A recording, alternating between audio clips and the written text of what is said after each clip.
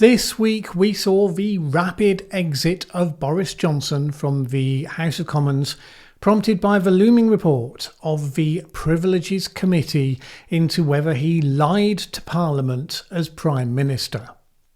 That's kind of unparliamentary language right there. You're meant to say misled the House. But let's call a spade, since YouTube is not a parliamentary committee. We are talking about lying. There are two key questions that are interesting that come from this. One, does this signal the beginning of the end for the so-called post-truth era, where populist and charismatic politicians could simply lie, apparently without consequence? Does it prove that, actually, we do care about stuff being true? And secondly, Johnson has been quick to allege that this is all the product of a witch hunt, with echoes of Trump's current situation in the US. We will keep those two separate because, in spite of the superficial similarities, they do have rather different factors involved. But the essence of the Boris supporters' argument is that the Parliamentary Committee was a, quote, kangaroo court, and such things should be left to the electorate to factor into their decisions at the ballot box. So there's a second question, which is, do we think we should have parliamentary standards policed and upheld by the system itself, or are such things really just down to voters to deal with? Let's deal first with the basics of what happened. The House of Commons Privileges Committee yesterday released its pretty scathing report on Boris Johnson's actions in the Partygate scandal. Having brought in, during the pandemic, incredibly strict rules for the country to follow about how many people you could see at a time, whether you could be with your beloved mother as she passed away, what kind of food you had to be eating if you wanted to be in a pub, all of that, he and his team failed to follow the same rules they were requiring of everyone else. Now, after a 14-month investigation, the Cross-Party Committee published a 108-page report with its findings. And here are 5 key takeaways from the report. 1. The committee found that the former Prime Minister repeatedly lied to members of Parliament about the existence of parties at number 10 Downing Street during COVID-19 restrictions. It concluded that Johnson deliberately misled the committee and the House of Commons, displaying a total disregard for the truth. Not only that, but he engaged in a campaign of abuse and attempted intimidation against the committee itself. 2. Had Johnson not resigned as a Member of Parliament, the committee would have recommended a 90-day suspension from the Commons. Now, that was way more severe than what had been expected, and 9 times longer than the suspension needed to trigger the potential for a recall petition in his constituency, which would likely have seen him ejected from Parliament somewhat ignominiously at the hands of the electorate. 3. Since Johnson has already resigned, the committee recommended that he be denied the parliamentary pass typically given to former MPs. Kind of underlines his degraded authority on an ongoing basis, even though you might think it's a relatively minor matter in itself. 4. The report said that Johnson's deliberate misleading of the House was particularly grave because, naturally, he was Prime Minister at the time. No precedent exists for a Prime Minister being found guilty of deliberately misleading Parliament. While it would always have been held to be unacceptable, the case will now set a new standard for accountability and honesty expected of ministers that can be illustrated by previous practice, not just in principle. And 5, Boris Johnson has lashed out at all of this like a wounded bear. In a lengthy statement, he vehemently rejected the committee's conclusions, dismissing them as rubbish, as lies and absurd. He accused the committee of having a political agenda and criticised specific members of the committee for their alleged bias against him. Johnson maintained that he believed COVID-19 regulations were followed and expressed confusion over being found in breach of the law by the police for attending a birthday gathering at Downing Street. Now, the report still needs to be voted on in the House, even though Johnson is rather the fox who shot himself, having already stepped down with immediate effect. What his supporters seem to be seeking to do is to make it a loyalty test, suggesting that they might go after MPs who support the report with their vote and get them ousted from their seats. I expect that will be reined back in over the next couple of days, because really it's not clear that it would be a winning strategy for anything. At the point of shooting this video, just 7 out of 352 Conservative MPs have suggested that they would vote against the report, although probably quite a few more will abstain. The idea that Boris Johnson could come back after this to sit again in the House of Commons, let alone be elected back into the role of Prime Minister, now seems far-fetched. That's not to say there aren't some telling critiques of the process. So, writing in the Telegraph, Fraser Nelson said this: his lack of grip meant his government descended into a disgraceful shambles that squandered his historic election victory. Those of us who spoke brightly about his potential as Prime Minister have had to feast on humble pie. But there is not a shred of evidence proving that he knowingly misled MPs, so making him the first Prime Minister in history to be denied a pass to enter Parliament will look to many like a deranged overreaction. Now, it's not entirely true. The report does provide quite a bit of evidence, although it's fair to say that evidence doesn't provide conclusive proof. Nevertheless, the argument that it is an overreaction is one that is well made. The fact is that, like Trump, the system has been faced with someone who opted simply to ignore the previously established norms. Did Boris Johnson lie in this specific case? Well, he lied all the time. So whether it's this instance where someone decides to hold a counter line or somewhere else, kind of becomes a matter of detail. He was famous for lying before he entered Parliament.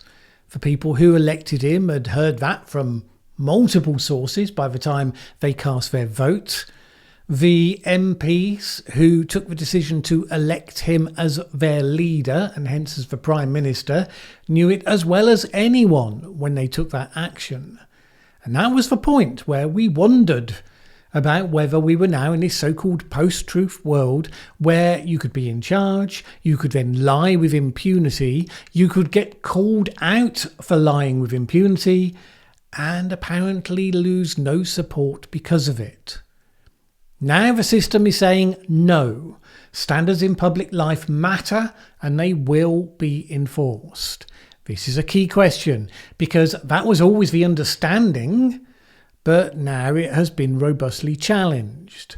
Johnson labelled the committee process as a kangaroo court. He alleged the committee was simply stuffed with people who were biased against him. Now, of course, his attack on the committee was one of the factors that upped the level of punishment it recommended, as it raised the stakes. It saw it as an attack on our democratic institutions. So what are the arguments here? Should the system be policing integrity? How is that defined? How do you prevent potential abuse in the process? Here are the arguments for the proposition. First, you have to ensure public trust in the system, not just in individual politicians. A system to uphold standards of integrity helps to maintain that trust in the mechanism of government and its officials. When leaders are held accountable for their actions and when they adhere to ethical standards, it gives people confidence in the democratic process and the integrity of those public institutions. You may often oppose the policies of the government. You may often have a negative opinion of a single minister's competence, but you at least trust the basics to function. Second, upholding integrity in high office reinforces the principle of the rule of law. It establishes the standard that no one, regardless of their position, is above the law. At the end of the day, the government can only function in the context of respect for the rule of law. It requires it of the rest of us. Once leaders can simply obey only the rules that suit them, then you've started the process of becoming something other than a democracy. Kind of fundamental. Democratic values enable the electorate to make choices in the first place.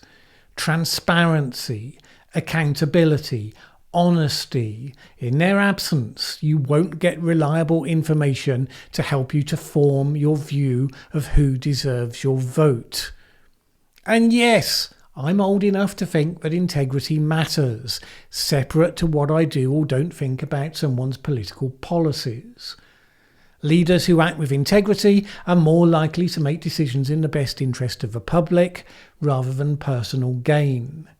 It ensures that the democratic process operates in a manner that respects the will and the welfare of the citizens of the country. And finally, having a system to uphold standards of integrity acts as a deterrent against corruption and the abuse of power. It sets clear boundaries and expectations for leaders, reducing the likelihood of unethical behaviour, providing checks and balances, and ensuring that those who do engage in such behaviour face appropriate consequences, which will then help to dissuade others from following their lead and establishing new degraded norms. So those are the arguments for. What about the arguments against?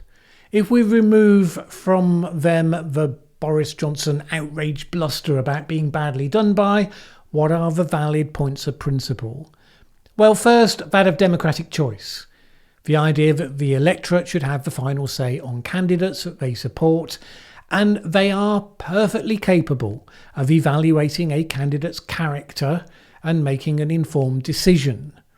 This allows the electorate to express their preference and to determine whether they prioritise a candidate's integrity or whether they more highly prioritise other qualities that they have. And let's be clear, there have certainly been former prime ministers over the centuries who have been held to be amongst the political giants who wouldn't have survived the micro-character scrutiny that comes with the job today. Second, the worry that any system becomes a mechanism for political interference, which is kind of Boris Johnson's point. A system to enforce integrity standards is great in principle, so long as it's not susceptible to political manipulation or bias. But since it's elected MPs who get to operate the system, it's often going to be possible to make that accusation, even regardless of whether it's true or not. Justice needs to be seen to be done, not just to be done. Another argument is that if you leave questions of integrity to the electorate, you can be more adaptable to the reality that standards vary depending on the context and the cultural norms of the time. Attitudes change. Some points of principle can be highly context specific. Letting the electorate decide provides flexibility and adaptability to the diverse needs and preferences of the population. And ultimately, therefore, people will argue, giving the maximum latitude to the electorate enhances trust in the democratic process. So this is the point of substance that this norm-breaking leader has thrown into sharp relief. Do we prefer the idea that we have a system to uphold standards of integrity in high office, requiring adherence to the rule of law, democratic values and prevention of corruption? Or do we instead prioritise democratic choice above all else and worry that anything in addition runs the risk of political interference, lack of flexibility or trust in the electorate's judgment? The answer, as currently avowed in Westminster, is that you can achieve the best of both if you have a system that's required to be detailed and rigorous, to report in public, and to be operated by elected members who are seen not to have a conflict of interest in the committees they've been appointed to. No system operated by human beings will ever be perfect. The question is whether you have sufficient checks and balances so as not to paralyse the system, so that nothing can be done, which is rather where the US tends to fall down, versus allowing action without accountability or expectations of public service versus private gain. It's only when these systems get put under stress that their robustness really gets tested. Right now, whether you're content about the outcome or outraged about it, certainly the system is being tested. Personally, I do not want parliamentarians to believe that lying to the electorate with impunity is an acceptable thing, so long as you can support enough popular causes to persuade them to still want to vote for you. How you hold to that standard, that is where the devil is in the detail.